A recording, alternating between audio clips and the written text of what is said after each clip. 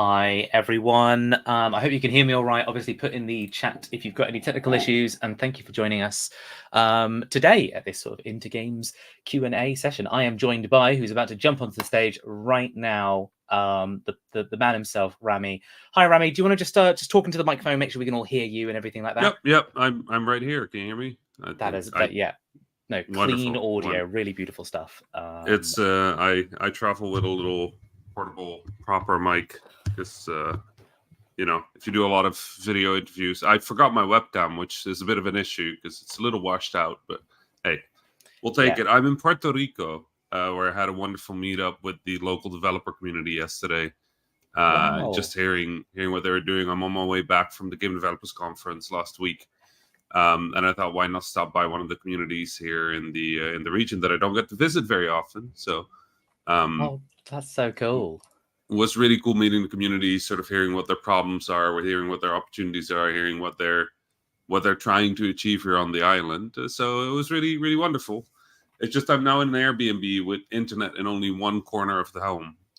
So my laptop is precariously balancing on a stack of pillows on a bed. And I'm in the only corner with a white wall behind me. Honestly, you make it look good. You make it look easy. So that's what you get from 15 years of doing exactly this stuff. Is you figure out what corner works, Yeah, no, I appreciate you hunting down that corner and making it your own for today's sort of talk. And yeah, thank you so much for sort of giving us your time. My pleasure. Yeah, it's just it's really fantastic to have you here. So for sort of everyone who's watching at the moment, there is a bit of a sort of a pre-context to this whole conversation. We haven't just randomly dropped a message and said, "Rami, you free?" and started a call. There is a greater sort of world. I don't know how to put it, sort of a cosmic flow of events going on here. And that is that Rami is one of our first sprint leaders sort of running his own course this year, sort of in collaboration with Into Games. We did a few of these last year, and then we sort of took a pause just to sort of get the structure going. And then this year we're really going full steam. And yeah, Rami's, sort of has the honor, but we also have the honor very much of sort of leading the way. It's absolutely my honor. I love the structure that Into Games has built, and sort of like the idea of these, like, I help a lot of developers. I do a lot of consultancy, but it's usually one-to-one kind of training. So you cannot help that many people. And a lot of the things I try to teach people are things that I think are very helpful if you want to be an independent developer or you want to do any type of entrepreneurship in the games industry. There's not many things that are like the right way, but there's lots of ways that are the wrong way. And so having the opportunity to sit with the applicants, with the people that are part of the program, and do this in sort of a one-to-many way where I can help multiple people at once and really get to sit down with people, like creating that structure, I know is a lot of work. So I really appreciate everything Into Games is doing to enable this and to allow them to teach and to work with all these developers. So I'm very excited. It's absolutely my honor. No, thank you so much. It's really delightful. And to sort of support that course that you're doing, we ask, we basically do these talks now where this is sort of an open Q&A session. With it's sort of got a few sub goals to it. One is to really just get to know you. It's I think part of these sprint courses, one of the major highlights is the person leading that course and having an opportunity to know who that person is, what their kind of priorities and goals are for the games industry, and what their perspective is. In particular to sort of what their subject they're going to talk about is, I think, just incredibly valuable, and I think it really helps. It really helps kind of understand what the course is, because ultimately it is you. It is largely your vision, your experiences, and what you have to say. So we're going to talk a little bit about that, but also we're just going to talk just a little bit really about sort of so the course is called setting up your own indie dev studio, or setting up an indie studio with Rami Ismail. And part of sort of that this sort of conversation is to look at, well, what does that mean?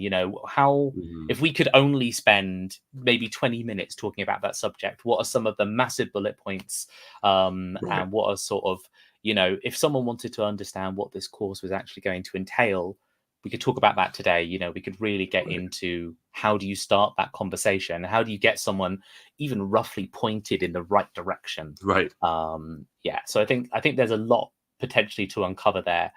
And firstly, I guess really let's talk a little bit about you and indie games, because you do have a relationship with indie games. They are not a foreign subject to you.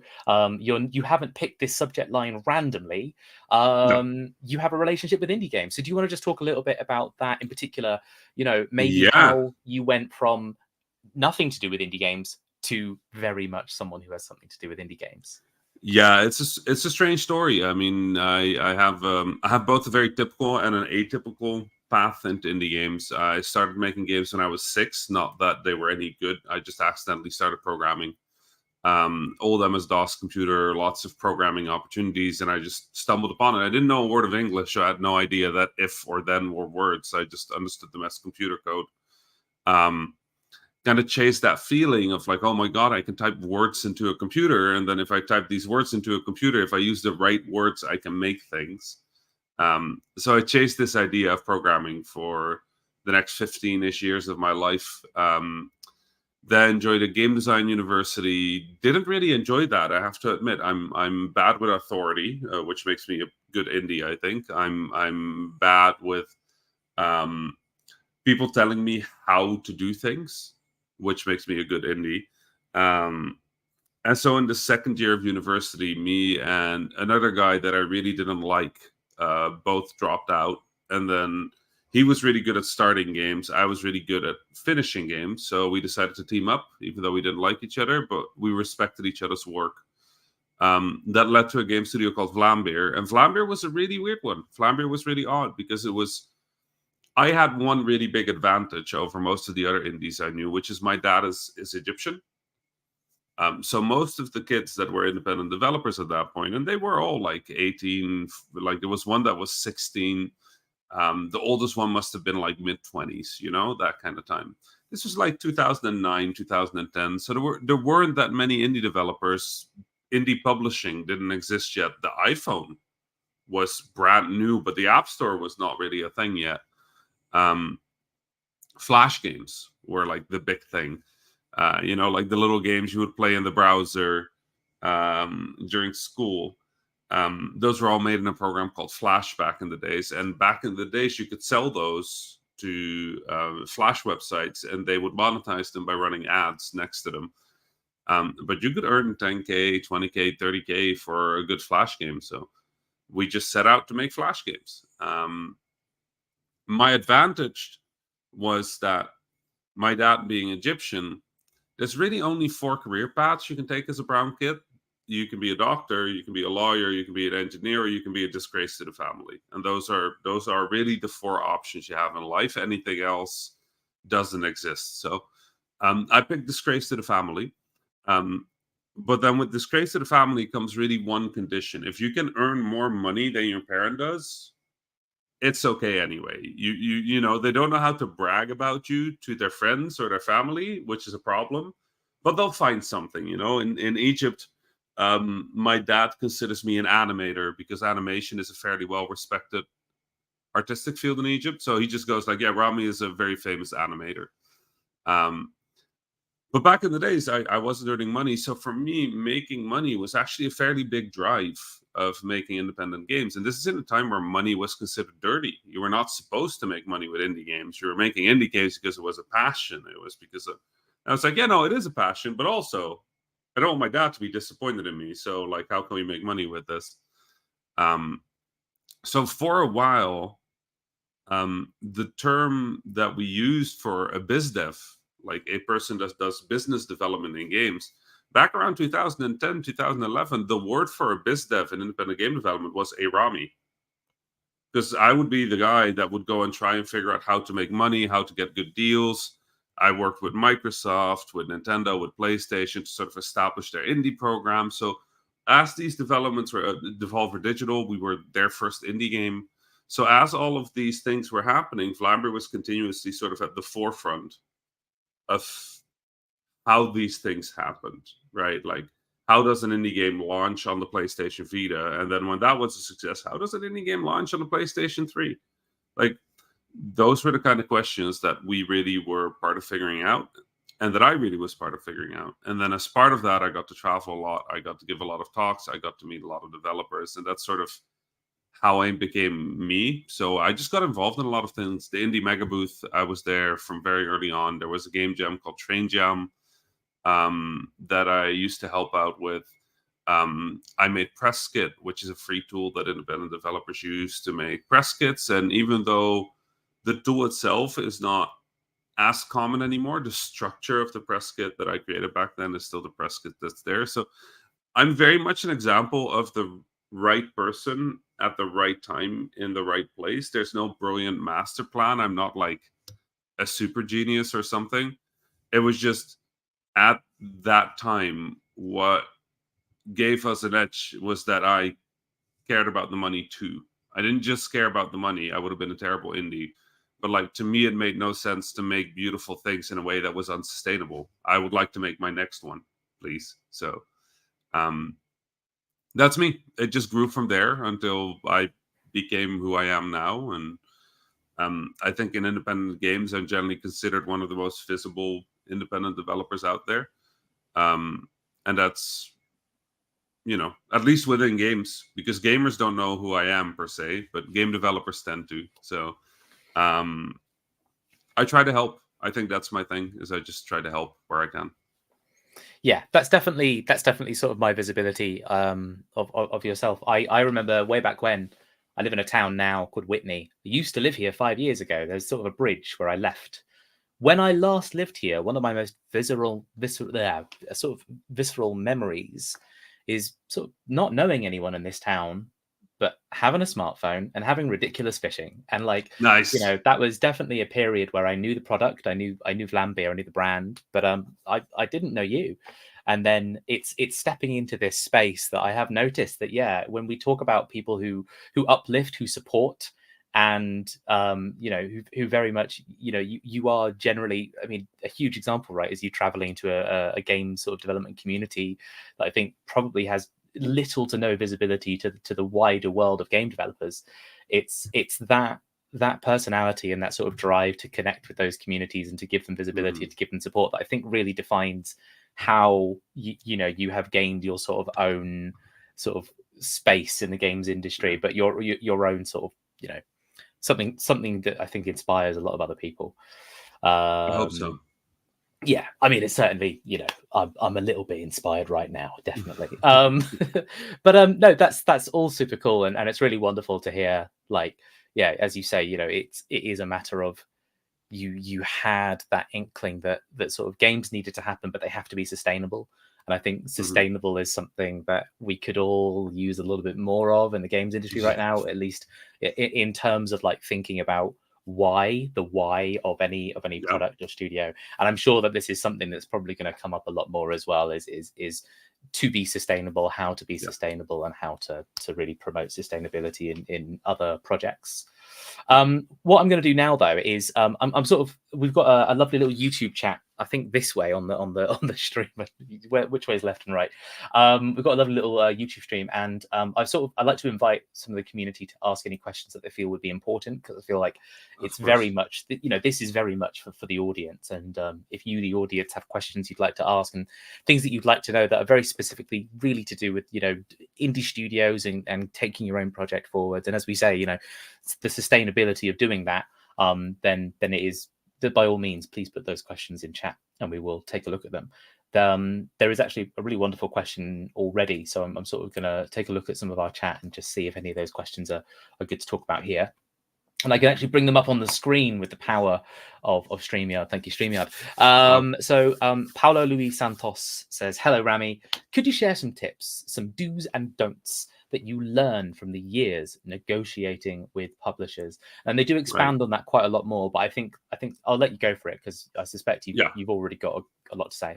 Yeah, I mean, this is a good question, because publishers are sort of like a relatively new phenomenon in independent games, but they've obviously really changed the way indie games get made. Like, having access to larger budgets and more safety while you're developing a game obviously is a very nice way of making independent games. It gives you a little bit of a competitive edge. Now it doesn't as much. Now not having a publisher gives you a competitive disadvantage. But when people think of publishers, they really think of them as these sort of like alien presences to game development. Like, we're game developers, they're publishers, they live in different worlds. And to an extent, that's true, right? Like, to an extent, they're completely differently structured type of companies. But in essence, it still comes down to the same thing. They're going to take a risk, and they're going to hope to get an opportunity out of that. And that's the same for a developer. Developers take risk in time and in effort and in money spent to hopefully make more money with the game that they're shipping,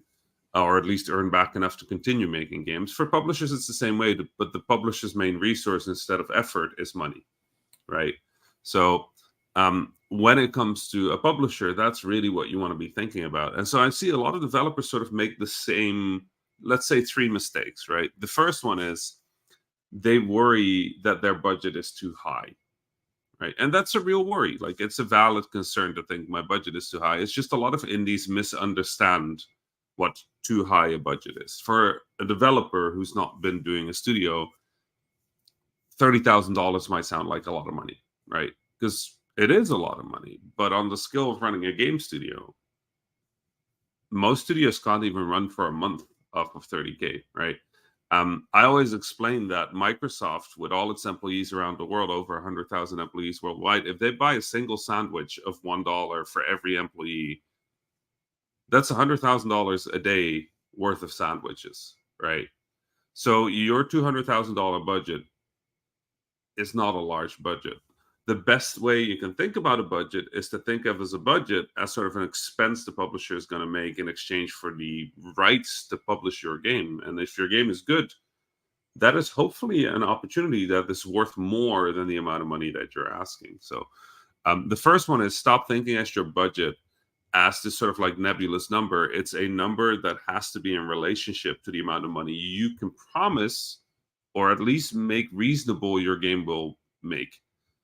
So figuring out how to make that number reasonable really is your number one challenge. The second one is indies tend to filter publishers. When they go and reach out to publishers, they go like, oh, these ones seem like a good fit. And I say, don't do that. Find one of the big lists of publishers that floats around on the internet and just email all of them. Pitch to all of them. Don't pick. Let them pick you. And then after that first round, after you've gotten the 3, 4, maybe 5 yeses that you're going to get out of these 300, 400 publishers, that's when you filter. But you don't filter preemptively. Send it to everybody. Yeah, you're doing a tiny game about farming. Send it to Konami. Send it to everybody. Send it to every company out there, because you never know whether they might have a little budget left, whether there's somebody in the company that will love your game, whether they're making a strategic change. Oh, this company only does strategy games. Should I send my action platformer to it? Yes. Will they probably say no? They probably will say no. But what if they say yes? Right?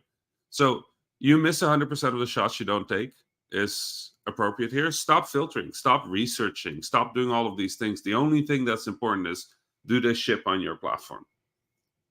That's it. If that answer is yes, then go for it.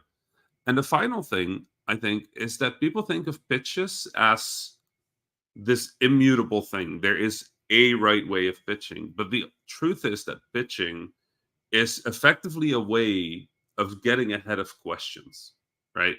So when you think about it, when I pitch a game, it looks very different from the way I teach developers to pitch a game that are brand new. Because when I pitch a game, I'm not going to introduce myself very much, right? I'm just going to be like, hey, I'm Rami. I ship these 12 things. I'm well known in the industry for this and that. Done, right? Like, and if I know the people, I'm not even going to do that. I'm just like, hey, I have a cool game idea. Check this out, right?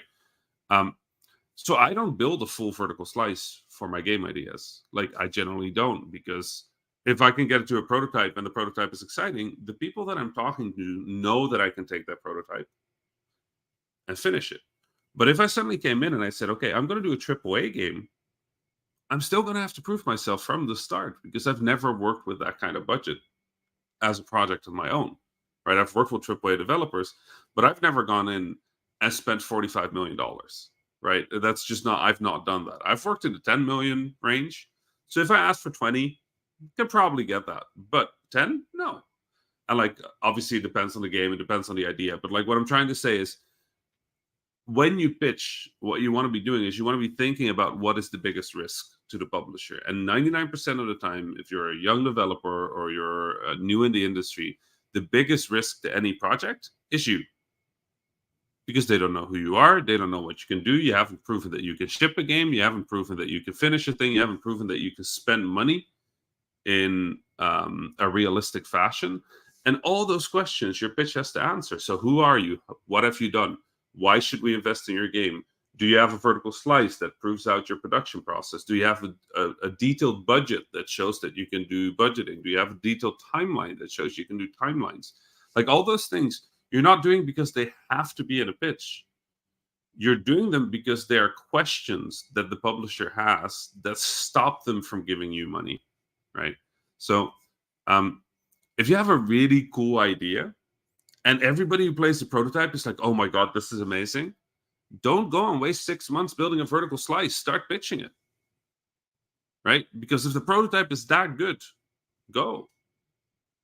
And then if a publisher's like, hey, we'd like to say more, they're going to ask you if you want to do that vertical slice with their funding, because they're opportunistic. They want to make money. So if your prototype's clearly going to make money, they're not going to go like, oh, come back later. They're going to go like, no, yeah, absolutely. Like, here, sign this paper as soon as possible, so we have that game, right? So stop thinking as a pitch as this immutable like thing that you can, like, think of your game in terms of like, okay, if I was a company with a bag of money that sees 300 games, a month, what would I need to trust this team? So those are sort of like the three biggest mistakes is I tend to see is people thinking of money from a human perspective instead of from a business perspective. People filtering publishers before they actually reach out to publishers, and people thinking of pitches as this immutable thing instead of an answer to questions that a publisher might have. Nice. No, I really love that just contact everyone. I love that general the feeling, right, of, yeah, if you don't ask, the answer is no. You don't ask, you don't get. And generally just that idea that it's like a 1% chance is still a non-zero, right? Like, a publisher that isn't likely to respond to this kind of query, it's not impossible. It doesn't mean it No, can't happen. more importantly, it saves you from spending the time that you would need to do to research it. And at that point, you're not funded by everybody. That's your own money that you're burning. That's your own time that you're burning. If you're going to be burning your time, better burn somebody else's, right? And most importantly, better burn the time of the people that are getting paid to look at games. That's their job. They're still going to get paid. Their day is not worse for checking out your pitch. They're just going to look at it and go like, nah.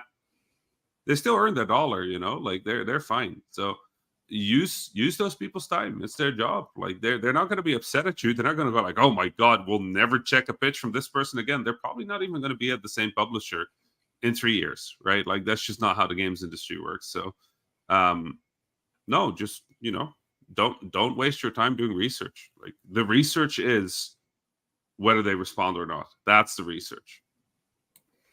Nice. No, it's super encouraging, and I think there's a huge amount there that people can take away and chew on, and hopefully people can sort of apply to maybe where they are right now or where they want to be in a few months from now. So yeah, love that. I've got another question lined up for you here. This one from, keep in mind, I'm reading out YouTube usernames here, so I apologize if I'm ever off on the pronunciation here. I believe this is a Timur Ariman. I'll sort of reword the question, but essentially, you've got your first project, and you want sort of buy-in from artists and programmers and people who don't have your discipline. You sort of need to bring people into that project. Mm-hmm. What ensures that project is interesting enough, or I suppose a better sort of something to add to this is, what should that person with that vision and that idea, what should they be doing before bringing people into that project to make sure that it's got something there that people can latch onto? Well, I mean, the honest truth for that one is that's a fairly complex question for many reasons. But the biggest thing to remember is that people don't connect with a game because you're making it. right? Mm. And this is sort of like a very easy mistake to make. Is for you, this is probably the largest skill thing you've ever worked on, and in the back of your head, you sort of have this idea of what it's going to be. But very often, especially when it's a younger game or a newer game by a newer developer, um, what you're seeing is they get lost in their own discipline, right? So if I see pitches from young developers, I can immediately tell, even if they don't introduce themselves, if they just tell me about their game, I can tell you whether they're a programmer, an artist, a musician, a game designer, a narrative designer, because people get lost in their own discipline. So a designer gets lost into like, how do the rules work? A programmer gets lost in like, what is the technical quirk of this? So a programmer pitch, well, 90% of the time it'll be a roguelike, a deck builder, some sort of like strategy game, because they're deeply systemic games, right? They fit the brains of programmers better than, for example, a narrative adventure that tends to fit much better with an artist or a narrative designer, right? If you do an artist game, you'll get a beautiful pitch, but very small mechanical underpinnings for the game, right? So it's fairly easy, actually, even if you're not super experienced at seeing pitches. I think most people will get like a 60-70% hit rate on guessing who's in charge of a project. The problem is, if you are pitching a game and you're in charge of creative, you're not operating as your discipline. You're operating as a creative designer, as a creative director, right? You are in charge of the creative vision of this game. And the creative vision of a game cannot be answered with any of the disciplines. You can't answer what's the vision of this game with, well, it's a cool card game. That's not the vision of a game. The vision of the game is some sort of core statement or truth about the game, about what it is, about what it means, about what feeling you're trying to create. And it doesn't matter where you're looking. If you're looking at anything from Balantro to, Hades, to any of these games, you'll find that when the people making those games talk about those games, they always talk about this moment where it clicked, right? And the moment where it clicked, when they say it, when they explain it, and you read it and you look at the game, you're like, oh yeah, of course, yep, that's it, right? Like this is what was special about this game. And so the answer to the question is like, how do you ensure that is, well, you do game development until that's true, or you give up on the project. And for me, I keep that cycle very short. So I'm not going to go and spend 6 months of my life figuring out whether something works. If it doesn't work in 2-3 weeks, I'm out. I'll come back later. There's more time. But I am now 35 years old. A game takes 2 to 3 years to make, which means I have, at best, 10 to 20 games left in me. And that's the end of my career. Like at that point, I do want to retire at some point, like economy, like given given the opportunity, by the time I'm like 70. But like I have few games left, like 15, 20 games maybe. So I'm not going to waste my time like researching whether a game is going to work for a year and a half. No, I'm going to try it real quick. If there's something interesting, I'm going to try and figure out what my brain is getting at, because I'm a programmer. So for me, things are interesting. If I program something, I'm like, oh, that's cool. But then if I stay there, I'm never going to make a good game. So instead, I'm going to go, okay, but why is this cool to me?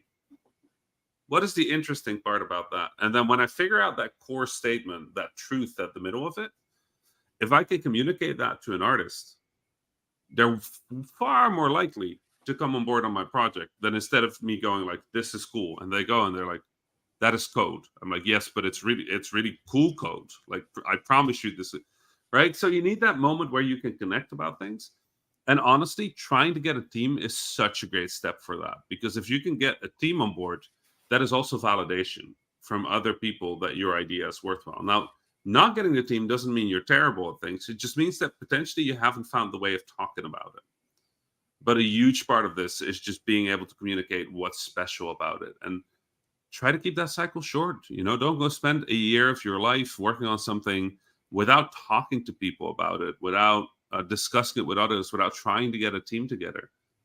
Try to get that team together as early as possible. Try to get to that core vision as early as possible. And then for each of my games, I could tell you a single sentence why we made them. But same thing for most AAA games. If you talk to the people that were creative directors on them, they do the same thing. It's one sentence, right? It's like a short statement. And you look at most games, you can figure it out yourself. Like, I never really asked Corey about God of War, like whether that was a game, what the game was about. But I think if you play it, you can very much see that it's a game about how violence and strength, how they relate to compassion and kindness, and that even though one might seem powerful at first, really your issues only get solved with kindness and compassion. Like, that's sort of like the central balance of the new God of War games. I don't think that's very controversial, but it means that the violence needs to be super satisfying, because otherwise you can't make that statement that no, you can hit giant monsters, but you can't hit, like, emotional problems. You can't hit them. You can't hit interpersonal relationships. You can't just take your you can be the strongest thing in the world and still get taken down by the fact that your son is angry at you, right? That wouldn't work if Kratos would hit with no feeling. If Kratos was just like pew pew pew pew, that's you wouldn't get that vibe, right? It's the fact that he will literally take down gods and then get crumpled by the fact that his son is upset at him. That's the point. And when you start pulling back on a game, when you pull the curtains back on a game, you will always find that central statement of this is what it is. And then the entire game gets built from that. The art, the animation, the programming, the design, the narrative, everything supports that, like this beautiful foundation. That's how you make good video games. And that's how you get a team on board. Just as you mentioned, Kratos doing light little pew pew pew pews. I got like a memory flashback. I've met Chris Judge in the flesh, and I could not imagine that man throwing out small little pew pew pew pews. I think it's kind of a physical impossibility. Yeah.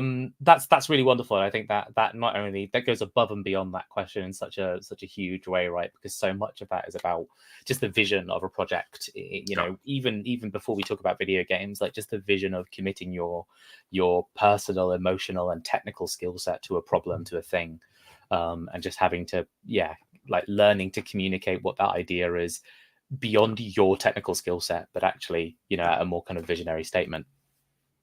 Thank you for really expanding on that. And there's some really lovely examples there as well.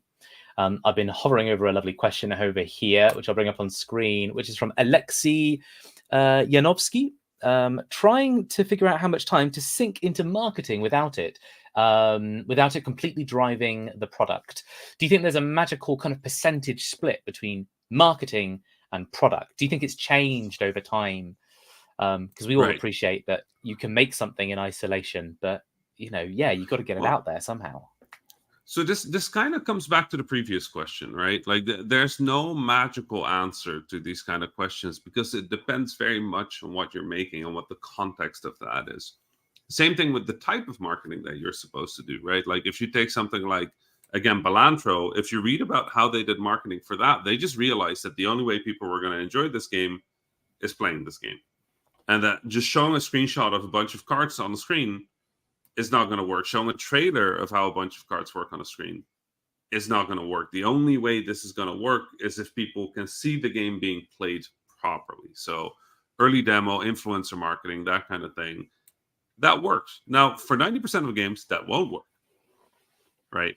And that is not a problem with the game. There's also a factor of luck. There's a factor of timing. There's all these factors that are involved. Now, would Balantro have been successful either way? It's hard to say. Probably yes, right? But with that type of marketing. But if they had launched against Grand Theft Auto 6, it might be that the game would have not been discovered for 6, 12 months or ever.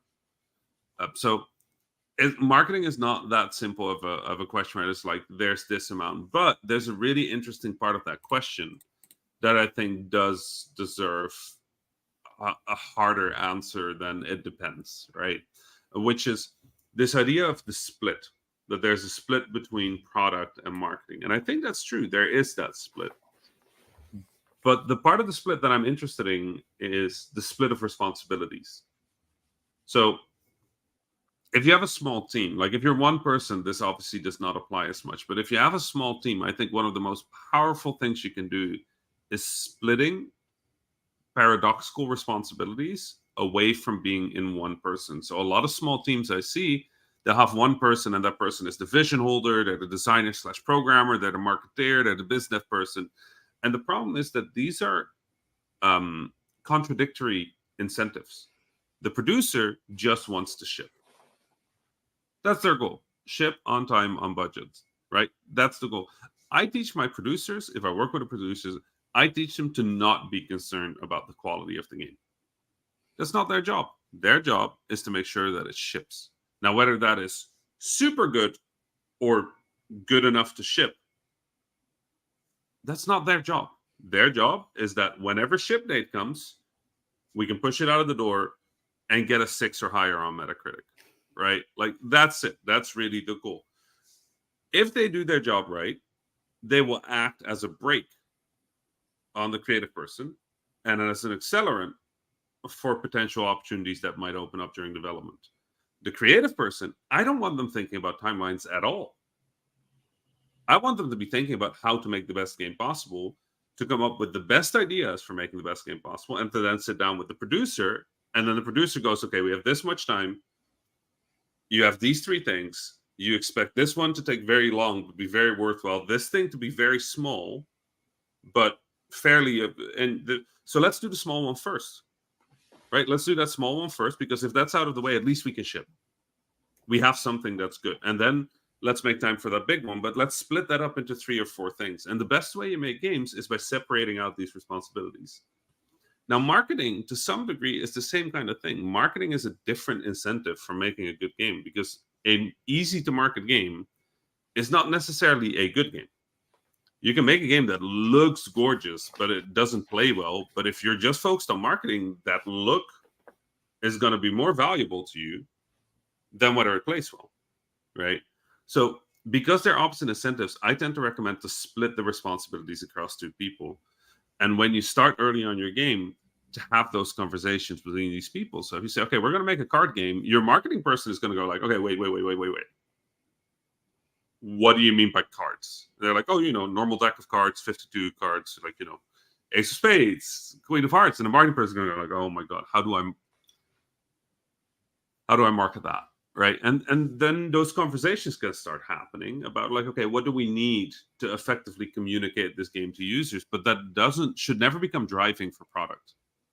Nothing should ever become driving for product except for product. Right. Like the other forces are forces that mold or shape, but never guide. If they guide, you start making very disingenuous stuff. And honestly, players can feel it. Right. If you play a game where you can tell that it was genuine, that the people that made it were trying to make something, that resonates with people. And if people even get the impression that it wasn't genuinely made, they react to it, and negatively. So for indie games, that's triple the case.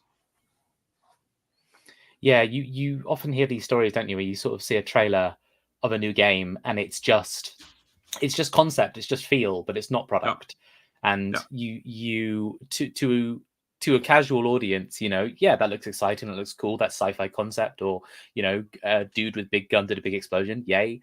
But from the kind of slightly more discerning consumer who's maybe been around the block a few times now, and they've seen a couple of these concepts come through, the fact is actually a CG trailer tells you nothing about the game whatsoever.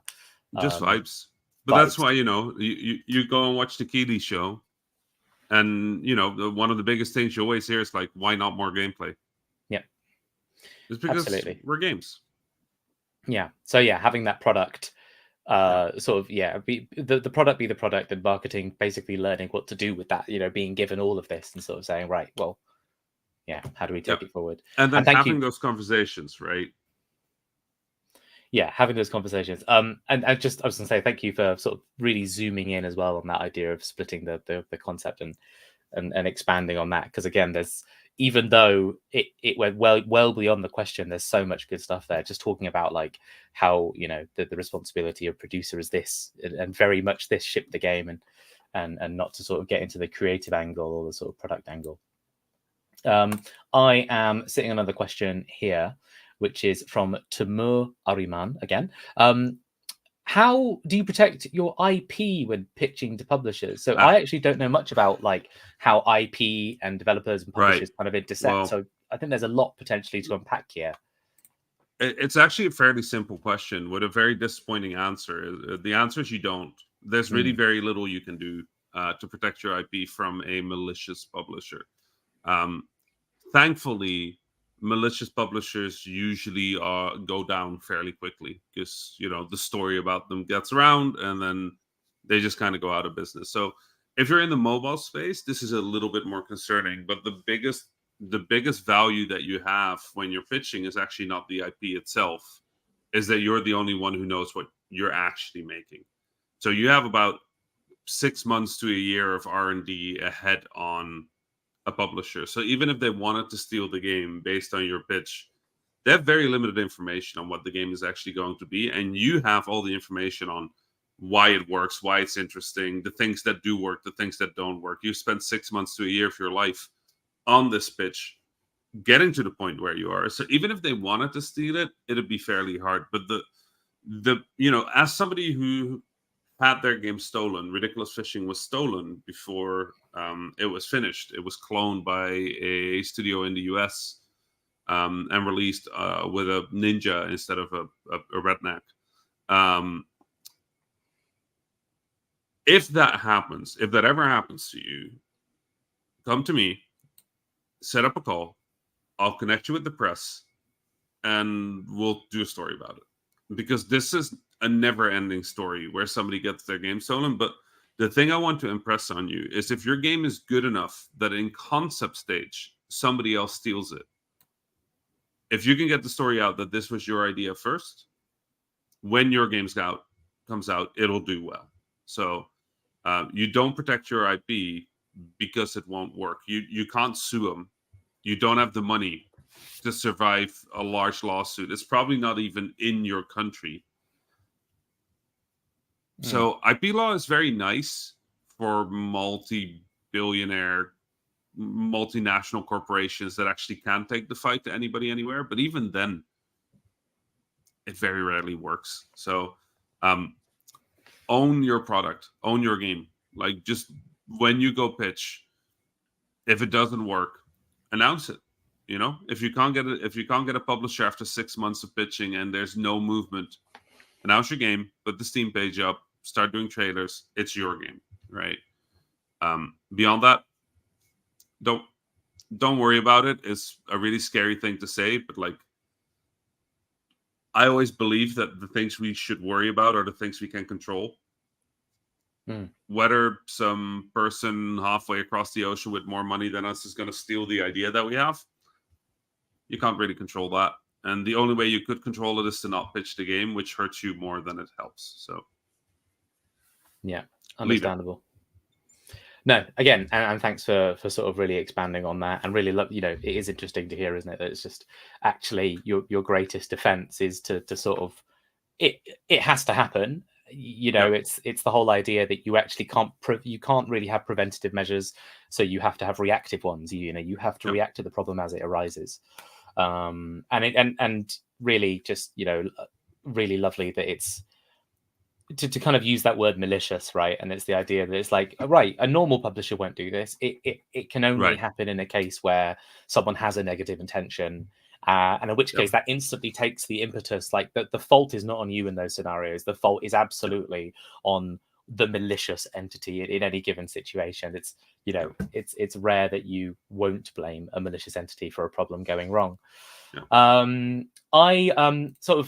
I'm going to sort of rewind us back now a little bit because when we started the call, we talked a little bit about the sprint course that you're running with Into Games. Yes. And of course, what kind of Into Games community manager and host would I be if we didn't sort of come back to that and just revisit that idea? So you've got the course coming up, and it's starting in April, if I remember correctly. So that's actually like fairly soon. It's like Yeah. any day now. I'm getting on the airplane and then I'm getting started. So wow. I like the idea that you're doing the whole thing from the airplane. The airplane's not going anywhere. that would be very me, honestly. But So it's kicking off soon, and if I think that course is completely sold out now, the one in April. Like it's already kicked off, and I think a lot of the admin bits are already in process. Yeah. but it's not over. It doesn't end with the April course. I believe you're coming back and doing Yeah, another one in July this year. correct. Yeah, it sold out so quickly that I was just like, you know what, let's do another one. I haven't pushed that one as hard on my social media yet, but like the original one, I did one tweet about it, and y'all did one tweet about it, and it was sold out, and it makes sense, right? Like becoming an independent developer is a lot of people's dream, Hmm. unlike when I started. But I get so many phone calls in my consultancy business from people that have been working on a game for a year and a half. It's their first game, and then they come with these questions where I was like, if only you had come to me a year earlier, you could have saved yourself a lot of hurt and a lot of time. Hmm. Um, so, you know, for me, the opportunity to do this is just, I love that this exists. So I'm very excited as well for the July course to continue doing this, because I think there will always be value in having a better understanding of how to, not how to make a game, because most people know how to make a game, how to Hmm. make a game that you can make money with. Yeah. They're actually completely separate things. They're completely separate jobs, the same way making a game and shipping a game are two completely separate jobs. So Yeah. um, I'm very excited about doing it again. And I'm very grateful for the opportunity to do it again. Like, it's going to be fun. Yeah, no, I'm super excited for it, and I can't wait to kind of put my ear to the ground and listen, find out about some of the learnings and some of the momentum that's going on as part of the course. Honestly, don't worry about sort of the July course in terms of, I know you haven't tweeted about it because it's so far in the future as well. And part of what I've got today in this course is it wouldn't be an Intergames event, right, if we didn't let people know about the course, and we didn't Right. obviously sort of, thank you to everyone who is watching us today. As a thanks to sort of for being here and being here with us, I have now activated this scrolling banner at the bottom of our screen. It gives you a link to the course, just in case you're wondering what we're talking about. What are these sprint courses? You might be watching this thinking, I don't know if I want to sort of start an indie studio, but I'd love to learn about technical design or concept art or narrative design. We actually have a lot of other courses that cover those subjects, but just in particular as well, there is a code down below that you can use to get 20% off the July course. If this is a talk that has absolutely activated that feeling inside of you, where you want to understand more about these learnings, you really do want to sort of start having these conversations about what it is like, not just to make a game, but to make a game sustainably, financially viable, then by all means, connect with Rami in July through the sprint course, and use the code below to make that a little bit more accessible to you. And just as an aside, if you are someone who wishes you could do these courses, but you come from a low income background, or if you need support in any way, you can email Intergames. You can email hello@Intergames, or sprints plural at Intergames, and just talk to us, just start a conversation about that process, because we are an organization that specifically supports people from low income backgrounds, people who classically wouldn't have had access to university courses or high-end PCs as a teenager, or even able to access community spaces where they could share these sorts of conversations and passions with other people. We totally respect that, not everyone has really had an upbringing that's allowed them to just let them learn how to make a game on the get-go. So by all means, just get in contact with us if that's something you need support in. I'll leave that banner just scrolling down there if anyone needs those links and that information. And thanks everyone for all the questions thus far. We're getting up to like 1:55 p.m, which means we've probably got maybe like time for like one last question. Yep. And I say that I'm going to peruse the chat. I want to make sure It's that fun because after this, I'm going to throw the laptop into my suitcase and run to the airport. So, like, I'm not even kidding about. It's from this into the airplane and then straight. into the sprint. So I'm very excited about this whole thing. Fantastic. Well, I obviously then really don't want to keep you, and I'd love for Oh you no, to no, no! sort I would like that last question. of... No, Now we'll I'm get your curious. last question. And then obviously just leave us with any final words of wisdom and how we can learn more about you. A little plug Sure. of a newsletter, something like that, maybe. But in the meantime, I can see.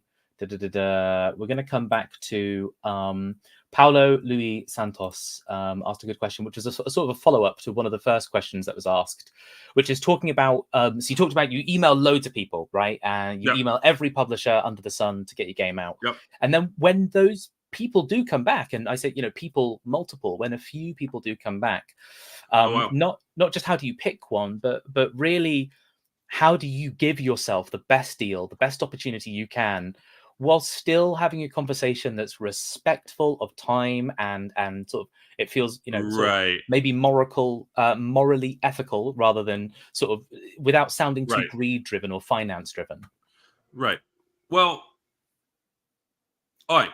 So if you get multiple publishers to respond, you're in a rather rare group of developers. Like at the moment, for most pitches that I see, most developers get out of 300 to 400 publishers they email, they get 2 to 3 responses that are positive, right? So this idea of getting many publishers to respond is relatively rare. I've seen it happen, and when it happens, you can really make a lot of money really quickly. The second part of that question is interesting because it's about ethics and not sounding too greedy. And the honest truth is, this is a business conversation, and your point in this conversation, your singular purpose in this conversation is to optimize the opportunity you're going to get out of that conversation. Now, on the other side, they're doing the exact same. And because both parties are agreeing that they're driven by money at this point, a conversation about money is entirely ethical. There is nothing unethical about pushing your potential for earning, because I can guarantee you on the other side, they're doing exactly the same, right? So when it comes to that conversation, if you have multiple publishers, I use a method I call the backstop method, and it works fairly simple. You take the best offer you currently get, you email them, you let them know, wow, that's really cool. Yep, we're going to talk about it internally, and we'll get back to you as soon as possible. And you email everybody else, hey, we got a better offer. We got a better offer, and the offer is, if you could hit this, we can continue talking. If you can't hit this, then I'm sorry. I would love to work with you. I love all the work you do. I really think you're a great fit. But it just financially doesn't make sense to us to go with your publisher if we have somebody offering 20% higher, and then you negotiate. If they go and meet your new target, then they become the backstop. So at that point, you go, oh my God, yeah, that's great. Thank you so much for coming up on that offer. You email the other ones like, hey, listen, things changed again. We had a new offer, and the offer is here. We'd love to work with you. We love your publisher. We love the games that you make, but it doesn't make sense to us if we have another. So you just kind of negotiate everybody up. As soon as you're down to 3 publishers, I recommend you make a choice. You never go under 3, because publishers can pull out of contracts fairly quickly. Same thing, if you go into negotiations with a publisher, that is different from getting your game signed with a publisher. So even if a publisher is sending you contracts, they're talking about like exclusivity, they're talking about percent, until they sign the paper, you do not have a deal, and you keep pitching everybody else. You keep talking to everybody else. They'll make you feel like you're basically done. All that needs to happen is just a signature, and then we're ready to go. I've seen developers get strung along for 3 months, 6 months, and then no deal happens.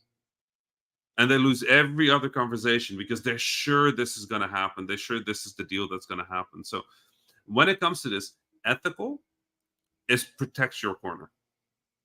The ethical way of doing business in a business context where both people agree that they're both trying to earn as much money as possible from the other developer, and whether a publisher admits it or not, that's what a publisher is trying to do.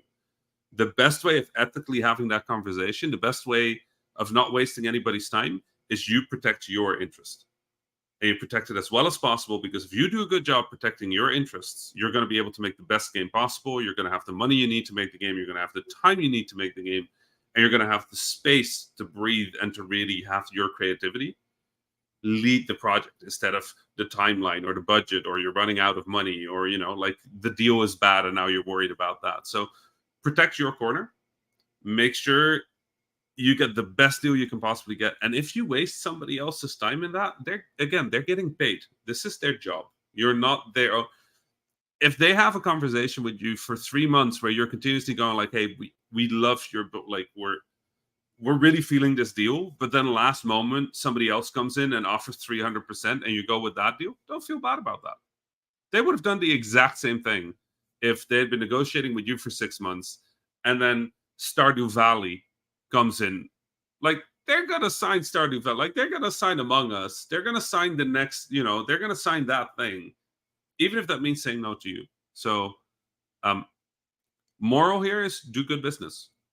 Ethical is do good business. Wasting time doesn't exist because the time is negotiated. Yeah, don't lie to people, right? Don't intentionally waste their time. But if you need to waste their time in order to get the best deal possible, then waste their time.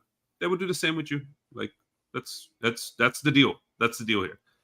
If this is a different context, obviously, if you're talking to an artist that wants to work for you, or it's any other type of negotiation where the expectation is not that both of you are trying to maximize the amount of money, then you have to worry about morals, ethics, and wasting people's time. But when it comes to a business negotiation with a business partner about finance, moral is to do your job right, and your job right is get the best deal. Nice. I think that's probably a really good kind of tone and message to end on. Just get the best deal. Rami. Cool. Right. We can put that banner away and we can sort of enter now the wrap-up phase of the talk. Wow. Yeah, Rami, you've got an airboard to plane. I just said airboard to plane, and I'm not going to correct myself. I love that. I love that.